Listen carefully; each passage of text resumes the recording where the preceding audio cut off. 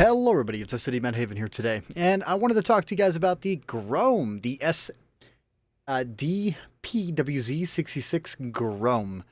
Now, for instance, this tank was released about 3 weeks ago. I'm a little bit late on my review for the tank, in all honesty. I am. I'm usually late on my reviews for everything that I do inside this game, because I like to take time out to be able to look at a tank and find out how it performs, everything else. For instance, if I was to jump over and take a look at my stats, today alone, I put 16 matches inside of it, 13%, well, 13 matches won, 81.25 win rate inside the tank currently for today, but only a slightly alright W8 standing on it. I'm a little bit rusty compared to what I have been, but give me a little bit of time, I'll get back into the rhythm.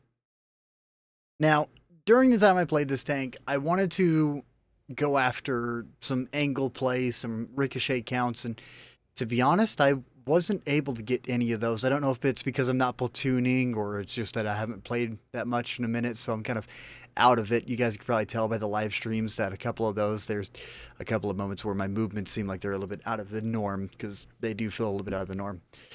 Anyways, I have all my equipment on this. I have my crew on this, which means hopefully Wargaming didn't destroy the statistics over in the PC website that we're going to be taking a look at, because we all know how much they love to murder stuff whenever it comes down to trying to do it properly. Anyways, back to it. Starting off, we got 260 standard pin. In all honesty, I actually get this number wrong because the number that goes through my head whenever I'm playing the tank is 230. Because over here in the main game, you're going to notice that it says 230, 270, and then 80. That is distance at 500 meters. That's usually the number I like to base things off of whenever it comes down to it. So you got 260 within 100 meters. You got 290 within 100 meters for your premium, which is APCR and APCR. You got a top speed of 41 with 15 in reverse. I haven't really noticed too much of an issue with the reverse speed. Concealment, like view range, you're looking at 350 meters of view range, and whenever you're rocking optics, a fully spec'd out crew, you're going to be seeing about 448. So if you do go view range, make sure you push it all the way. Primarily, unless you're playing like I do, then you go full brawly and you kind of just completely ignore the still concealment. Inside the first two replays you're going to be seeing, they are utilizing the full concealment build, but I decided to change it up a little bit to get my hands on what would be a little bit better in terms of the way it would fill in terms of aim time, because I got mine down to 2.19, and I'll tell you right now, it does not feel like 2.19 whenever I'm aiming. So we got 3.57 rounds a minute, 700 damage across the board, 890. Over on PC, this tank is based upon distance. Console did not do any of the distance, so for instance, within a certain distance, you're going to be doing 800 or 750 damage, and then the farther the target, the less damage you're going to be dealing. 14.71 power to weight, terrain resistance of 1.1, 1.3, and then 2. So this is hard, medium, and soft terrain. Inside World of Tanks console, we can kind of completely subtract this soft terrain because, in all honesty, it's very rare that you come across soft terrain. The primary two numbers are going to be the first two here, just because our devs they have no idea what they're doing when they make maps. The third number doesn't really exist whenever it comes down to it. Blast radius and high explosive, 3.66 meters. It's a little bit larger than an average 100 millimeter, which is what this gun is, so you cannot overmatch 50 millimeter plates. A lot of people got the number here confused at 162 millimeter, but this is actually the 162K. It's a separate model gun style, but it's a 100 millimeter. I actually got confused whenever I first played it, thinking it's 162, and I tried to overmatch the top of a Tiger just to realize it bounced. And then I was like, what? And I looked it up, found out it's a 100 millimeter. Module damage, on the other hand, for a 100 millimeter, this is actually equivalent to a 152 millimeter module damage. Now, I do have a clip that I could show off, but it would require me to dig it out, which I probably will more than likely at the very end, to show off a double ammo rack that I got inside of the tank, because if you know the modules and you know where to fire, this module damage is very nice to have, combined with the shell velocity of 1400 standard and then 1600 premium. Max range, 720, no big issue. 40 rounds of ammo. If you go through this 40 rounds of ammo, you are firing the entire time that you're inside the match with a 12-second reload, 12.25 with a fully spec'd out crew for reload, and equipment to counter it as well. 2.7 base aim time, In all honesty, I feel like this number is lying. I do think that the aim time is a lot worse than what is stated based upon how it feels. 0.4 accuracy, and currently my accuracy is a 0.32 with the crew setup that I have. Accuracy during turret rotation, which is only whenever you move the gun left and right. 7 degrees of gun depression. It's extremely nice to utilize. 20% fire chance, making it a little bit higher. This is the highest at 20%. We do have some tanks that have got 12%, 10%, and then I do believe there's one 7% in the game, but I can't remember what tank it's on. So this is a little bit high. However, with the way that the tank is designed, the fire doesn't feel like it's going to be super often, so you don't really need to worry about taking a fire extinguisher or anything else. Taking a premium consumable is just as good. Now, over here, real fast, we're going to go over a couple of things before we take a look at the Armour model. This is a 128mm from the Ferdinand, rocking AP. Effective armor 238mm of effective armor 235 up in the front top. So if you're top tier and you're utilizing this and you're displaying hull down, the only real spot they can be able to pin is the hatch, or they load in the premium rounds to be able to tear through your actual armor above 250mm of effective pin to make it a little bit nicer. What's definitely nice about this tank, though, once you start to max out this gun depression, this suddenly turns into 260mm, 270mm against APCR.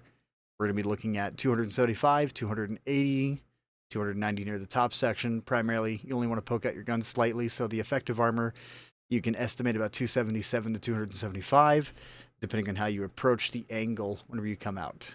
Right side 275, left side 277, 278. A little bit better, but then your right side, it's going to be super defended. Whenever it comes down to it, your cheeks on the outskirts, you don't need to worry about them. But the under armor, I did have a couple of problems inside of a match where they were able to line shots coming up to me without much of an issue. Down below the tracks here into the under armor to penetrate the lower under armor on the tank here. 20mm of effective armor. Underneath is also 20mm. I did have a match earlier where I got hit by a Vigilant, and he caught the belly of the tank, and he knocked off 800 HP in like half a second, which is irritating. I'm waiting for a Vigilant nerf, because it's kind of obsessive to think that I want to play tier 7s rather than tier 8, which is my favorite tier to play in this game. 70mm of side armor, 50mm actually, sorry. 50mm down in the low section, so this can be overmatched by 152s. 70mm plate here is going to be pretty nice. Top of that, we're going to be taking off this round. Top armor, you're looking at 40mm, 40mm on the rear. You got 60mm, so if you want to, you can kind of ricochet. But your ammo rack is located in this entire back section, so you do need to worry about the entire rear of the tank getting hit and getting ammo racked. If you fire from the front of this tank, I did a little bit of testing based upon the armor viewer that I was looking at. You can fire directly center here, and if you line your shell correctly, you'll actually hit the ammo rack in the back and avoid all 4 crew members that are on the left and right. You have a center path right here, straight into the ammo rack. If it's utilizing gun depression and you shoot here, the actual gun breach that comes further back inside the tank will absorb it. So keep that in mind whenever you are firing at this thing. You do have a little bit of effectiveness whenever it comes down to firing it with heat, if you can pin it correctly. Now, this is against heat rounds. We're going to be taking a look real fast. It's 290, 280, about the same as the APCR, but a little bit thicker. So 280, 285, 40mm side plates here. Jagger will be able to pin that, but that's about it. Primarily, though, if you are a top tier, the Grom is an absolute performer whenever it comes down to handling shells coming at you. And it feels amazing. Now, I do believe whenever I put my concealment build on this, I was rocking 255 steel concealment. I'm going to do a quick swap real fast and see. I was off. It's 241 effective steel concealment. 255, I don't know what was making me think 255. But as you can see, the steel concealment down to 241 from, what was it, 314 prior. So running a camouflage net, running a camouflage crew, you do have this giant... It's really good concealment whenever it comes down to it, but me and my playstyle, I kind of wanted to try this tank out in terms of, can it brawl, can it handle something close quarters? The terrain, off-road driving, mine sitting at 1.01. If you do want to get below and max out that 1, which is really no point with the 14 power to weight that this offers, 14.7? 14.7 brain fart? 14.71. Yeah, if you want to, you can bolster this up with... power terrain, or you can help get that terrain resistance down by rocking an additional ventilation on the tank. So first replay we're going to be looking at, you're going to see a really good matchmaking in terms of this match. Top tier across the board. I'm going to fast forward it so we don't have to go through a whole driving sequence all the way up to the front.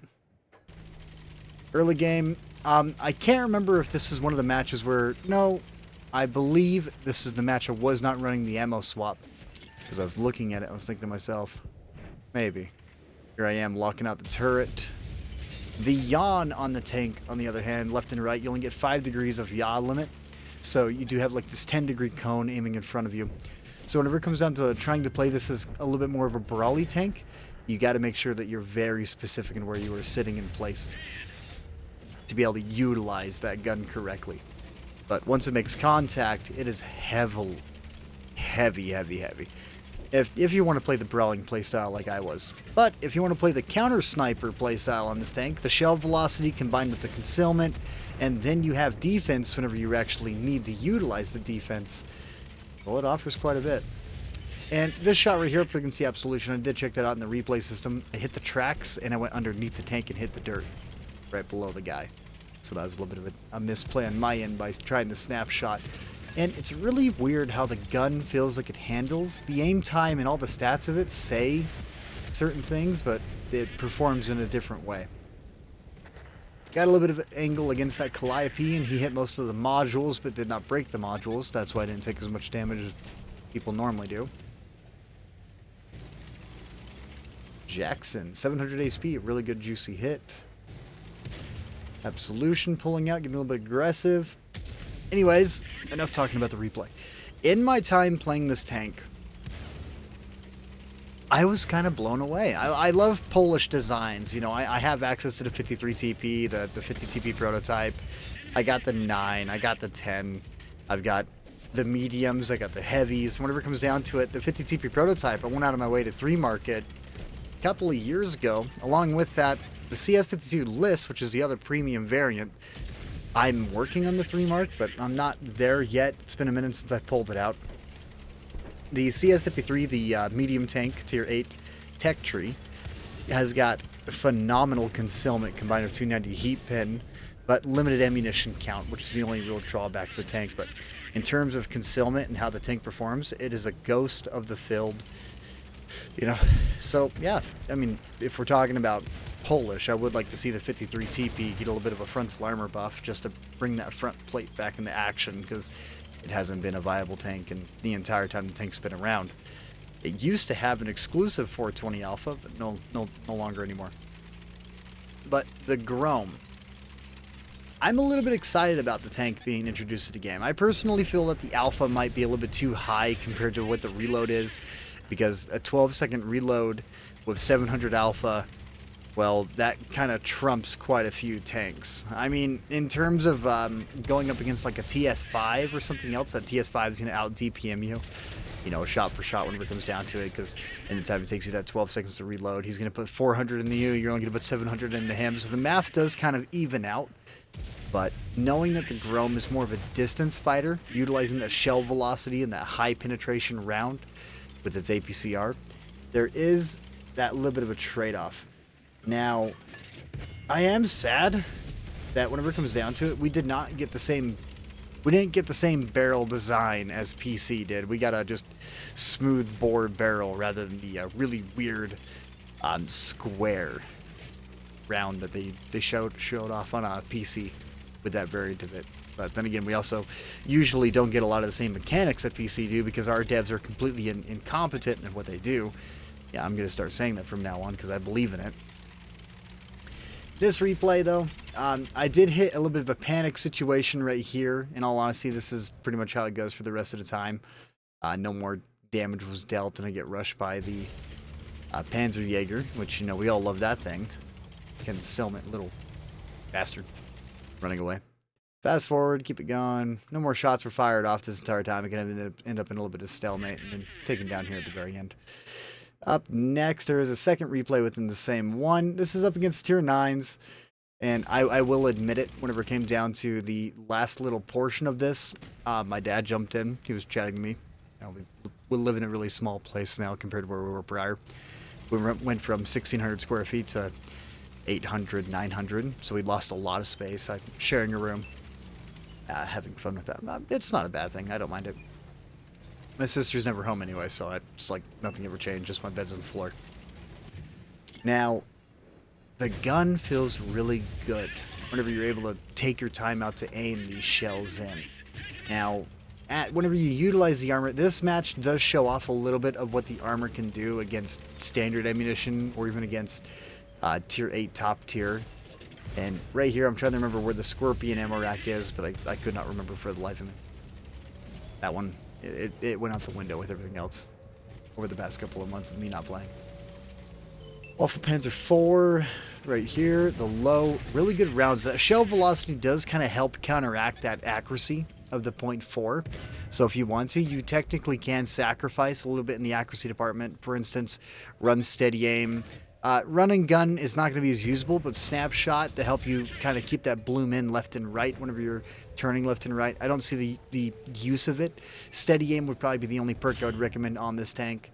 Right there, getting a good little ricochet from the Panzer 4 Tier 9 tank destroyer from the Waffle. But he's firing standards, and it feels like he shot me with the 128. And based upon the ricochet, that's what it looks like as well, because that's 246 standard pin, and I don't quote me on this, but I want to say 311 premium APCR pin. And if you're shooting the APCR, he'd be able to tear through this without much of an issue whenever it came down to it. Because even against APCR, if you over-angle the armor just a little bit, well, it's still not a very happy amount. I mean, it's 315, 310 if you over-angle a little bit, so I guess you can try and get those sweet angles if you really want to. Pull down to like a 10-degree angle, maybe a 12-degree angle, and really try to bait shells coming into you.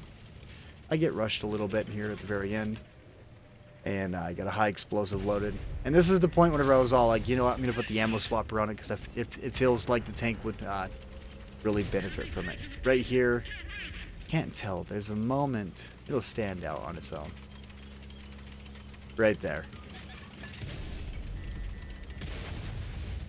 Goodbye, VK4502P. O2A. Oh my god. It's been a minute since I've done this. Chatting, not paying attention. Oh, finally pay attention, then get ran. Anyways, that was enjoyable. Up next, we got Nolenberg. Small. Super happy we got the small variant. The Cold War large variant, I absolutely have no idea why Cold War even exists. Sorry for those of you that love Cold War. But my personal opinion. Gonna fast forward to where we get in a little bit of the fight here. Now, if I had a couple of gripes with this tank, it would be the fact that it fires APCR exclusively along with the high explosive. I don't mind APCR, but you're going to find yourself in situations where, against tanks that rely heavily on auto ricochet, that you're going to struggle to pin them due to the fact that you're running a 100mm, and you're not going to benefit from dual caliber. Combined with that, you don't have access to heat. So those tanks that rely heavily on auto ricochet, you're going to find yourself struggling against them a little bit. And right there, that little bit of time aiming in, it went really far left.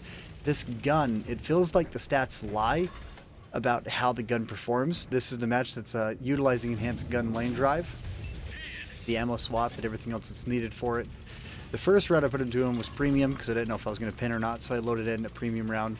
And then once I saw him full, broadside to me, I loaded in the standards. Pop in a high explosive. He's behind debris, so I pop back into a standard round so I can go through that debris and penetrate him. Looking at the left side of the map, we got a Borsig, T-34. What was that, an AMBT? A couple of light tanks running around. Already up to 1,500 damage, taking down a KTTS without much of an issue. I'm probably going to be putting a couple more matches inside this tank, and if I have a couple of really good games that show off the way that the armor can perform, then I'll make sure to get those ones out. That way you guys can see it for yourself. This tank, I like it. I like Polish armor. I like the way that it feels. The playstyle that this tank offers is...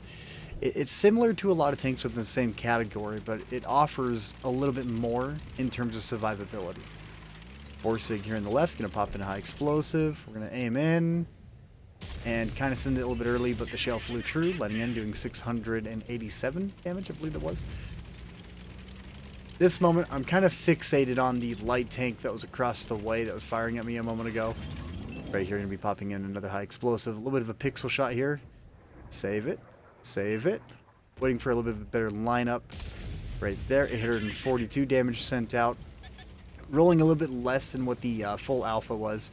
Honestly, with the high explosives on this year, offered 80 millimeters of penetration, 890 alpha. And during the time that I was playing it, I didn't feel like my high explosives, I don't think I had any high explosives that were able to actually penetrate. Here, I fired a little bit too late, or I should have waited on that shell a bit longer, just because T-34 turret entered the auto ricochet, so I lost out on that damage because I was a little bit too greedy. 12.2 second reload, and King Tiger pulling in. King Tiger's putting a 105. He's still firing standards, and the armor, it holds up. The 210 millimeters of effective frontal armor, whenever it comes down to it, on the standard, and then 230 effective across the board, essentially, is what it is.